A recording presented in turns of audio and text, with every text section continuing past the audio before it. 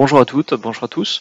Je suis Cédric Lopez, directeur de recherche chez MVista, qui est une société montpelliéraine, éditrice de logiciels avec une particularité qui est de proposer des logiciels qui embarquent une intelligence artificielle capable de structurer des contenus textuels.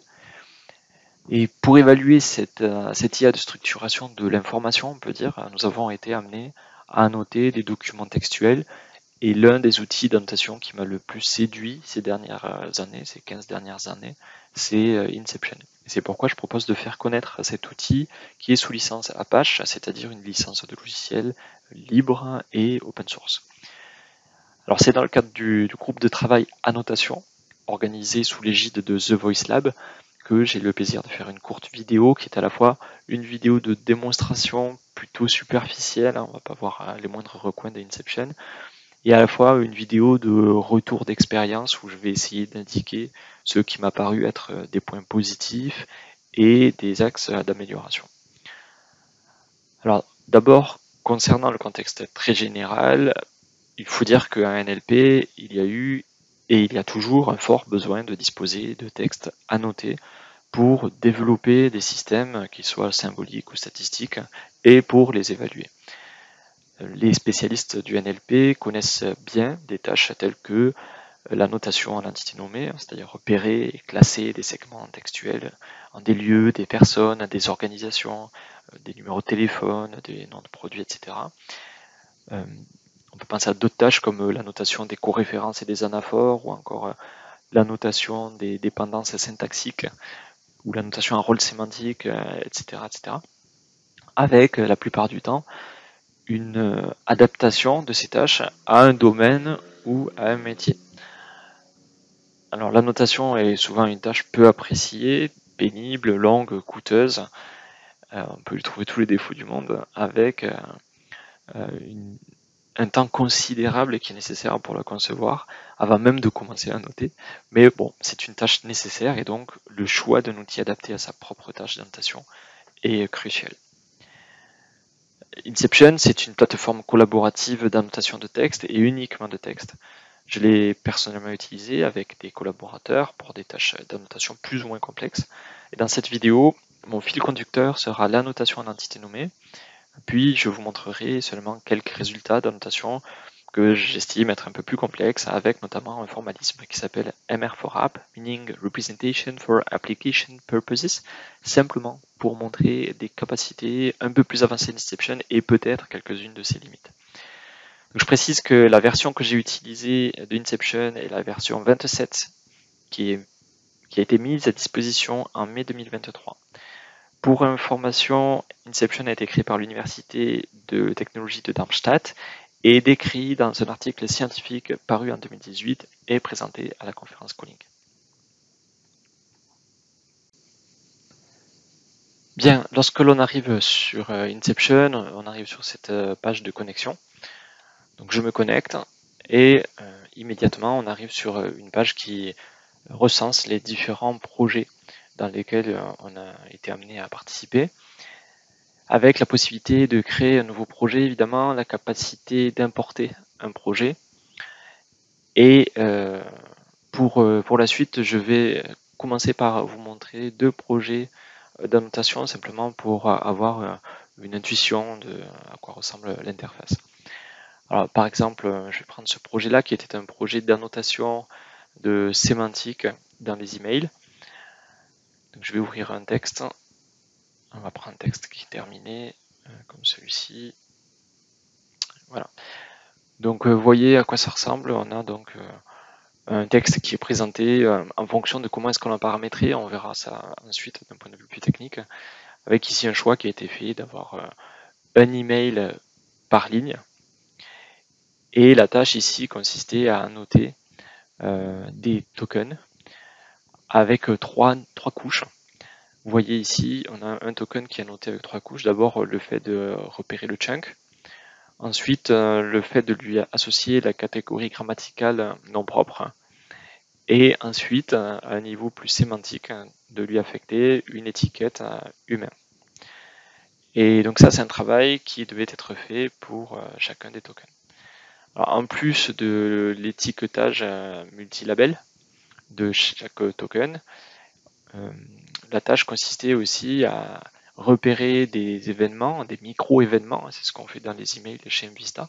Par exemple ici, un appel, à lui affecter une classe sémantique et à partir de cette classe, retrouver la structure prédicative avec qui a appelé, dans quel but, qui est-ce qui a été appelé, etc. Et donc tout ça ressort à travers les relations qui ont été identifiées ici.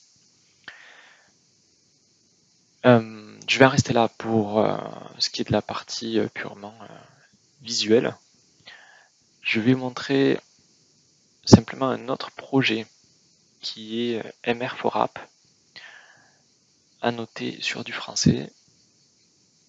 Et je vais prendre un texte qui a déjà été annoté, évidemment, celui-ci par exemple, où là, on a un petit peu le même scénario au niveau des tâches, mais c'est simplement pour montrer qu'on peut avoir plusieurs couches d'annotation. D'ailleurs, il y a plusieurs personnes qui peuvent intervenir sur le même texte et sur différentes couches. Et vous voyez que ça peut devenir assez complexe en termes d'annotation. Et je l'indique parce que en fait, Inception ne pose aucun problème pour mettre autant de relations que l'on souhaite avec autant de couches d'annotation, de niveaux d'étiquette sur un même token, etc. Donc à ce niveau-là, il n'y a vraiment aucun problème.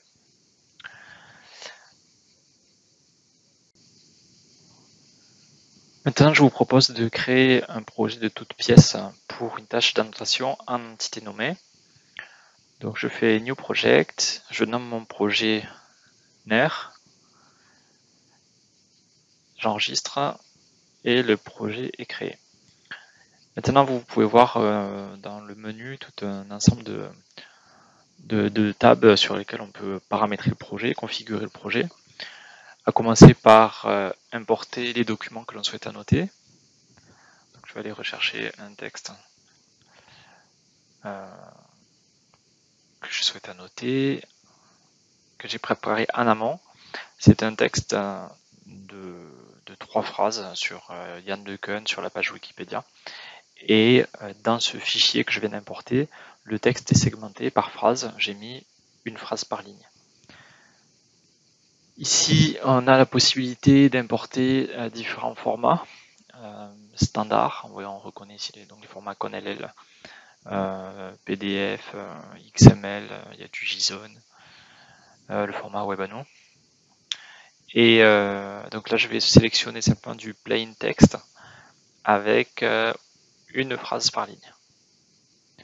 J'importe et je vois apparaître mon texte de démo ici dans la liste. Je peux, à partir de cette interface-là, document, supprimer des documents ou exporter les documents. Donc ensuite, je peux configurer les utilisateurs qui vont pouvoir avoir la main sur ce projet-là. Je peux ajouter évidemment des utilisateurs si je le souhaite. Hop, j'ajoute Kevin. Et je peux gérer les droits de ces utilisateurs, à savoir la possibilité d'annoter, la possibilité de curer les données et la possibilité d'avoir le droit de manager sur le projet. Alors après, il y a tout un ensemble de menus, je ne vais pas rentrer dans les détails, ce serait beaucoup trop long, d'autant plus qu'il y en a que je ne maîtrise pas. Ce qui fait partie du cœur du projet pour pouvoir commencer à noter, c'est de définir tout ce qui est les ensembles d'étiquettes et les couches d'annotation. Donc au niveau on va commencer par les ensembles d'étiquettes, donc les tagsets. Donc ici on a des tagsets qui sont déjà prédéfinis avec un tagset pour l'étiqueter des mentions de coréférence, un autre tagset pour étiqueter les relations de coréférence, etc., etc. Donc on a un tagset pour noter des relations de dépendance, pour noter des entités nommées, etc. Donc on va se focaliser sur les entités nommées avec un un jeu d'étiquettes qui est déjà défini, comme vous voyez ici. Et évidemment, on peut adapter ce jeu d'étiquettes à notre propre besoin. On peut retirer des étiquettes ou en ajouter. Ici, par exemple, je voudrais ajouter l'étiquette phone number. Voilà, je voudrais créer une étiquette pour les noms de produits, product, save, etc. Et donc petit à petit, je peux construire mon jeu d'étiquettes ici. Un élément intéressant, c'est la possibilité de cocher cette case-là, qui permet aux annotateurs, au moment où ils annotent, d'ajouter éventuellement des nouvelles étiquettes. Alors c'est intéressant parce que ça donne une certaine liberté à l'utilisateur. À la fois, c'est pas forcément une bonne chose parce que laisser la main à chaque utilisateur sur la création d'étiquettes, ça devient vite incontrôlable et cette liberté elle peut porter défaut au référentiel qui est utilisé pour annoter. Bon, mais en tout cas, il y a cette possibilité-là. Ça, c'est intéressant de cocher cette case-là, notamment lorsque on fait une phase de conception de la typologie à utiliser. Notamment, on commence à annoter des textes sans avoir de typologie prédéfinie, et c'est en lisant les textes qu'on va annoter un peu tout et n'importe quoi dans le but de concevoir la typologie qui sera utilisée dans la phase d'annotation, de véritable annotation du jeu de données. À ce stade, on a vu comment construire un tagset, un ensemble d'étiquettes. Une fois qu'on a construit ces ensembles d'étiquettes, on peut aller définir le layer, configurer le layer. Donc concernant les layers, on a déjà des layers prédéfinis, comme pour les tagsets. On a donc des layers pour les chunks, pour la coréférence, pour les dépendances, les lemmes, les attributs morphologiques, les entités nommées, la correction orthographique, les catégories grammaticales, les structures prédicatives. On va se focaliser donc sur les entités nommées. Et donc pour ce layer nameIdentity, on peut définir le comportement, à savoir un point important qui est la question de la granularité de la notation, où on peut sélectionner différents niveaux de granularité. Est-ce qu'on va noter au niveau du caractère, au niveau des tokens, de la phrase, etc.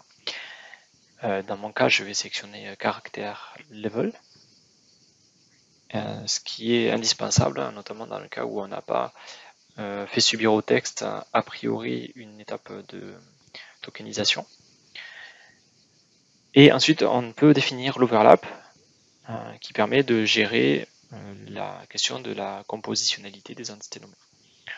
Donc, je vais mettre any, ce qui va permettre d'annoter une entité nommée à partir de ces 3 tokens, par exemple ABC, mais aussi une sous-partie de l'entité nommée simplement AB ou BC. On peut aussi gérer les couleurs de la notation, des étiquettes qui apparaîtront, je veux dire, dans l'interface de notation.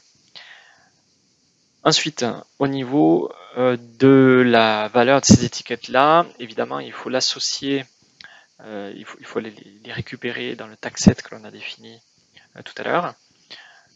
Donc de façon claire, on a une couche, un layer qui s'appelle nameIdentity, et on va affecter à ce layer un ensemble d'étiquettes. Et parmi tous les ensembles d'étiquettes que l'on a vu tout à l'heure, on va évidemment utiliser nameIdentityTags que l'on a ajusté tout à l'heure. Ici, c'est simplement la configuration de l'éditeur, c'est-à-dire que vous verrez tout à l'heure, quand l'on est sur l'interface d'annotation, sur la partie droite de l'interface, on a accès au jeu d'étiquettes via différentes solutions, à savoir une liste des étiquettes ou un petit moteur de recherche qui permet d'accéder à ces étiquettes ou un champ texte qui permet, avec de l'autocomplétion qui permet d'accéder à ces étiquettes. Donc là, je vais utiliser Radio Group tel que conseillé puisque c'est un petit tagset. Et quelque chose de très utile dans Inception, c'est la possibilité d'utiliser des touches raccourcies pour étiqueter plus rapidement. Par exemple, pour tout ce qui est lieu, Je vais dire que c'est la touche L. Pour ce qui est organisation, je vais dire que c'est la touche O. Voilà. Et donc, vous voyez ici, pardon, j'avais déjà mis des raccourcis, ce qui fait qu'il y a, c'est dupliqué ici pour org, on a 2 fois O. Mais voilà, donc pour chaque étiquette, on peut affecter une touche raccourci. Il ne faut pas oublier de sauvegarder, parce que si vous quittez ça, malheureusement, on perd ce qu'on a fait sans avoir de message d'avertissement. Voilà, donc à ce stade, on a défini qui peut travailler sur les documents, quels sont les documents qui sont annotables. On a défini le jeu d'étiquettes que l'on va utiliser, ainsi que la couche d'annotation, son comportement et l'affectation du jeu d'étiquettes qui sera utilisé avec cette couche d'annotation. Une fois que l'on a fait ça, on peut commencer à noter. Je retourne donc sur mon projet NER. Sur cette interface d'accueil du projet NER, on a donc dans le menu de gauche la possibilité de retourner vers les settings. C'est tout ce que l'on vient de voir pour paramétrer les tagsets, les layers, etc. On a la possibilité évidemment d'annoter, la possibilité de gérer la curation des données, à savoir accorder les différentes annotations qui ont été proposées par éventuellement différents utilisateurs pour produire la version finalisée du jeu de données. On a la possibilité de mesurer des accords interannotateurs avec différentes mesures et sur les différents labels. Donc on a le score de Krippendorf, on a le kappa de Cohen, le kappa de Fleiss aussi, selon les couches sur lesquelles on veut calculer l'accord. Et on a la possibilité de monitorer, de contrôler les différentes phases d'annotation pour chacun des textes, à savoir qui est-ce qui annote et qui en est où. Est-ce que l'annotation a commencé? Est-ce que l'annotation a été terminée? Ce qui peut être indiqué par chaque utilisateur en cadenassant chaque texte. Est-ce que la curation a eu lieu, etc. Donc si je reviens sur la partie annotation, je retrouve bien le texte que j'ai importé. Je clique dessus et on arrive sur l'interface principale d'annotation où j'ai bien pour chacune des lignes une phrase. Je vais pouvoir commencer à annoter, notamment en double-cliquant sur des tokens ou en sélectionnant un segment textuel. Comme j'ai permis d'annoter au niveau du caractère, je vais pouvoir vraiment définir mes bornes, mes frontières gauche et droite de chaque entité. Donc ici, je sélectionne Ian Leuken et vous voyez qu'à droite, pour le layer name d'entity, vous voyez que je peux avoir accès à tous les autres layers prédéfinis. J'ai le jeu d'étiquettes qui apparaît tel que je le définis avec notamment ces étiquettes supplémentaires, phone number, product que j'avais ajouté. Ian Leuken ici c'est une personne, donc j'ai simplement à cliquer sur personne et voilà, j'ai annoté ces 3 tokens avec la même annotation personne. Comme j'ai permis l'overlap, je dois être en mesure de sélectionner une sous-partie de cette entité nommée et je peux lui affecter une étiquette comme ceci. Je peux, comme je disais, double-cliquer sur un token pour aller plus rapidement lorsque c'est possible. Alors évidemment c'est faux, c'est pas une entité nommée, mais c'est simplement pour l'exemple. Et sélectionner vraiment ce que je veux. Donc voilà pour le principe d'annotation. J'ai simplement oublié de parler des touches raccourcis. Effectivement, je peux très bien simplement double-cliquer, appuyer sur une des touches. Et vous voyez, du coup, c'est extrêmement rapide. Donc voilà, c'est efficace. Avant de terminer, je voudrais vous montrer simplement comment est-ce que l'on peut annoter avec des relations. Donc on va prendre un autre layer et on va décider d'annoter en coréférence par exemple. Je sélectionne le segment textuel Yann LeCun. Je sélectionne le pronom personnel il qui fait référence à Yann LeCun et je clique sur l'étiquette coréférence il vers Yann LeCun et j'ai le lien de coréférence qui vient d'être créé. Ici, j'ai encore il et je recrée cette relation de coréférence. Donc simplement par clic et glisser déplacer, on a des relations qui se créent très rapidement. Donc voilà pour les grands principes d'annotation sur la plateforme Inception. Tout à l'heure, je vous ai montré des projets un peu plus complexes qui s'appuyaient sur un formalisme de représentation sémantique, en l'occurrence MR4App. Voilà, ce type de texte qui est assez riche en termes d'annotation. D'ailleurs, je vais dézoomer un peu pour qu'on se rende compte. Et facile, entre guillemets, à annoter, hein, en dehors de la difficulté en soi du formalisme. C'est facile à annoter. Un texte comme ce que vous pouvez voir là ne prend pas plus de 20 minutes à annoter, malgré le nombre d'entités, le nombre de relations qu'il peut y avoir, simplement parce qu'il y a tout un ensemble de touches de raccourcis qui sont définies de façon intelligente, disons, pour rendre le processus d'annotation efficace. Pour terminer, simplement lister peut-être ce que je remarque comme étant des points forts dans mes cas d'usage, ou comme des points faibles, ou des points améliorés. Parmi les points forts, ce que j'apprécie, c'est la capacité de calculer l'accord interannotateur directement sur la plateforme. J'apprécie aussi le fait qu'il y ait de nombreux formats de sortie, d'export, au niveau du projet, au niveau des textes de façon indépendante. Je ne l'ai pas montré, du coup j'en profitais maintenant. Pour ce texte-là, par exemple, on peut exporter sous différents formats, notamment par exemple JSON, même si c'est expérimental, ça fonctionne très bien. Voilà. Et un autre point fort, c'est le fait qu'il y ait ces touches raccourcies qui accélèrent vraiment l'annotation. Et puis, il est dans une fluidité qui est assez remarquable pour un outil comme ça, avec un design qui fait que la lecture est appréciable, même si il y a beaucoup de relations qui sont annotées. Donc ça reste très confortable.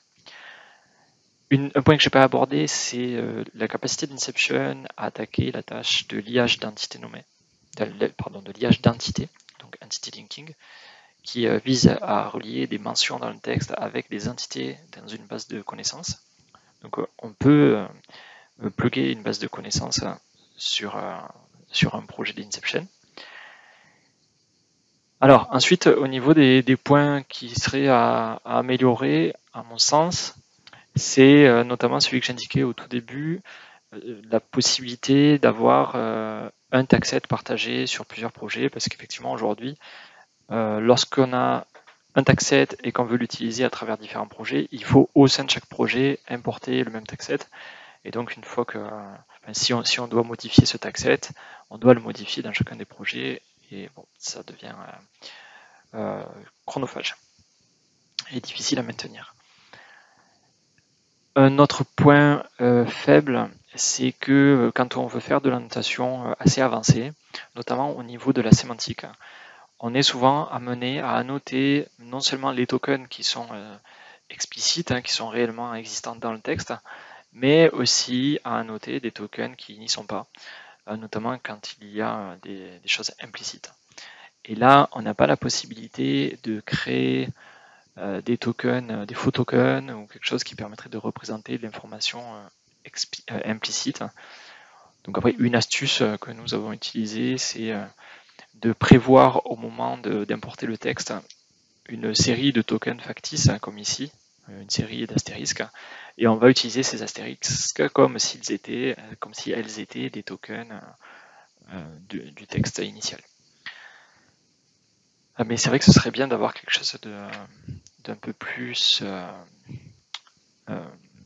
fiable, quoi. Une autre limite d'Inception, ce serait, mais je crois que c'est une limite de beaucoup d'autres outils aussi, c'est l'impossibilité de modifier un texte sans supprimer toutes les annotations que l'on a déjà réalisées.